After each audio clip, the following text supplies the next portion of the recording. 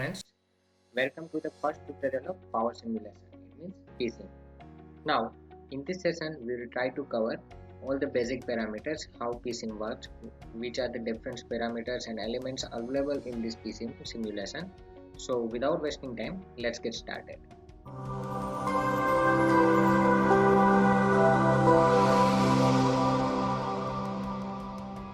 Guys, here we can see that this is the project area where we can do our circuit analysis and circuit drawing.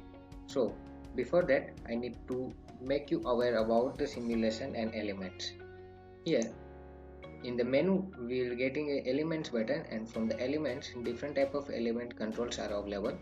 In the power we can see that RLC branches, resistor, inductor, capacitor, all types of branches are available. Now if we talk about power electronic switches, then different type of switches are also available.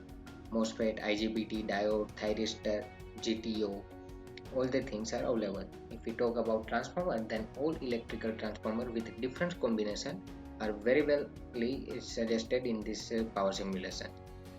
We can see that here 3-phase delta to delta, star to delta, single phase 4 wire, 3 wire, 5 wire, 6 wire, and another combination are also given in the power simulation. If we require a magnetic element, then windings, leakage path, air gap, and all other things are provided. In the other, we are also giving op-amp, operational amplifier. This is optocoupler, and also comparator is also given. If we talk about power electronics motor drive module, then squirrel cage induction motor drive, DC machine, brushless DC machine, and different parameters are also given. If we talk about controls, then all the controls, filter, second order filter, low pass filter, high pass filter, logic gate, digital control, PLL blocks, and all these parameters are very well defined in the power simulation. IC modules are also one of this part of the power simulation. If we required some different type of sources, then it is also available in this software. So without going much more in the deep, we'll start one type of basic simulation. So let's start with basic simulation. So firstly, we'll require one voltage source. So different type of voltage source are available here. We can see that this is triangular wave generator, this is sinusoidal wave, this is again square wave. We'll go with sinusoidal. We just need to click here and make it place here. If we require another direction of rotation, just by right clicking that we can rotate it in clockwise direction. Okay, after that we require one element. So resistor is available from here. We can select resistor from element also, but here for our easiness we are selecting resistor, capacitor, and all the switches from here only. Now I am joining another resistor with a series.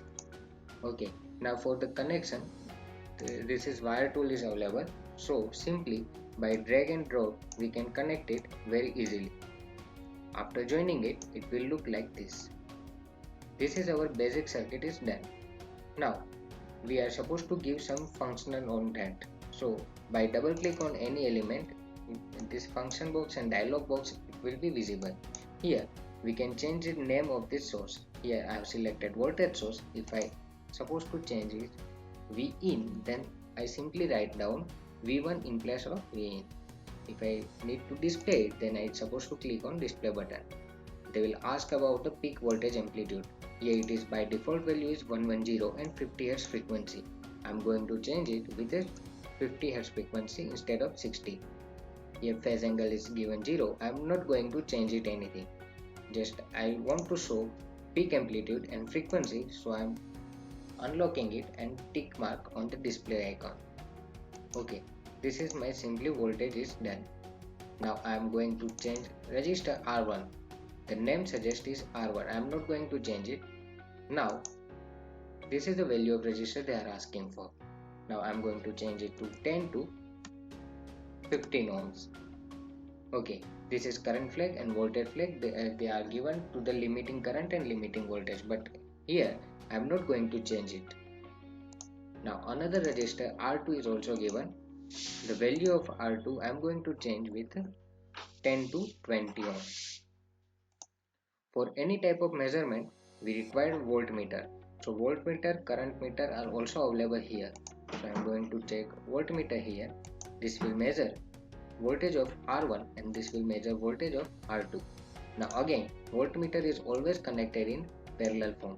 So I am going to make the connection of voltage meter across R1 and R2 respectively.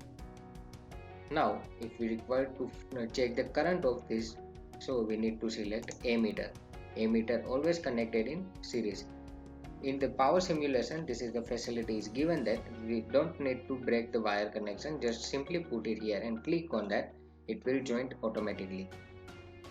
After that, all the connection is done, but in the power simulation we are supposed to give this ground point. So I am giving a ground point anywhere in the circuit. This is all about our simple 2 resistor with one single source. Now this button is for run simulation. If I will press the run, it will not work. For that we need to provide one another button, that simulation control. The simulation control will provide this dialog box, and this is asking for timestamps. I'm not going to change it, but total time for simulation I'm going to change with 1 second. So our simulation will be run for 1 second only. After pressing run button, it will run the simulation and give another dialog box. And here they are asking about two different voltages and one current. As we have suggested earlier, I am going to check V1 and V2. So simply click on the add button and OK button. I will get a waveform for both of them. Here I am not able to get it which one is output voltage of V1, R1 and R2. So simply by minimizing it, and I am going to change the name voltage across R1. In the same case, I am also going to change with R2. Now this will be series current. So I am going to change it with RSE.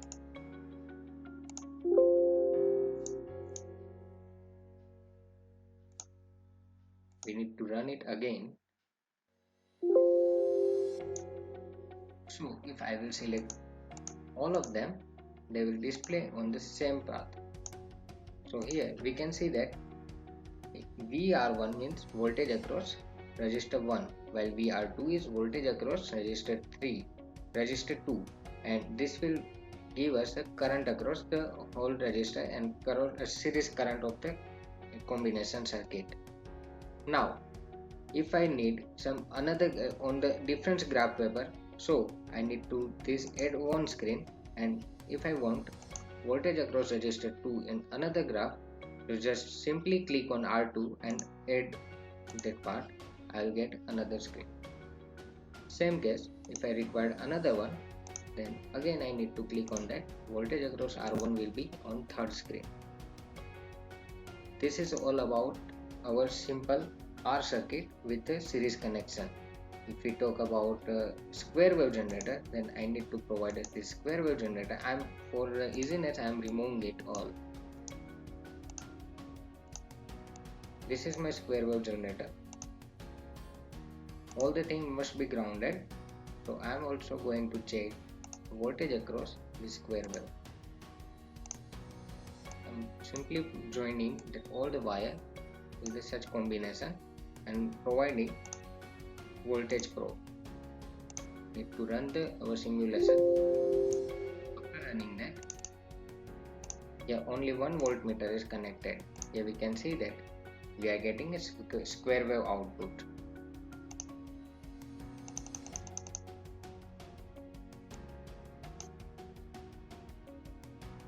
Here all the parameters could be changed. For changing the parameters, we need to just double click on the voltage, and also all parameters like peak voltage I am going to change with pi. Frequency is 1000 is by default frequency. I am also changing it to 50 Hz. This is duty cycle. If I required duty cycle of 30%, I need to give a 0.3 here. This is offset. I am not going to change it, and again I am going to run it. So you will get a difference output. Let's see what output is coming.